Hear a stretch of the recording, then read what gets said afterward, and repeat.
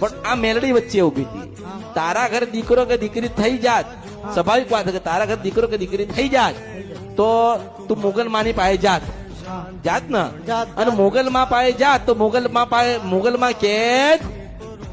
માં કે તને મેલડી દુઃખ છે, એટલે મોગલ માં એ મેલડી નો સંપર્ક કરી આલ્યો કે અમરતી મેલડી છે કળિયુગ ની અંદર તે એની મેલડી ગોતી આવે છે. સાચી વાત છે માં, સાચી વાત છે તમારી. એટલે તમે રાત્રે મોટી આવી ટેમ્પો જેવી ગાડી ભરીને પાછળ બેહીન 15 થી 17 જણા ગાડીમાં દર્શન કરવા ગયા.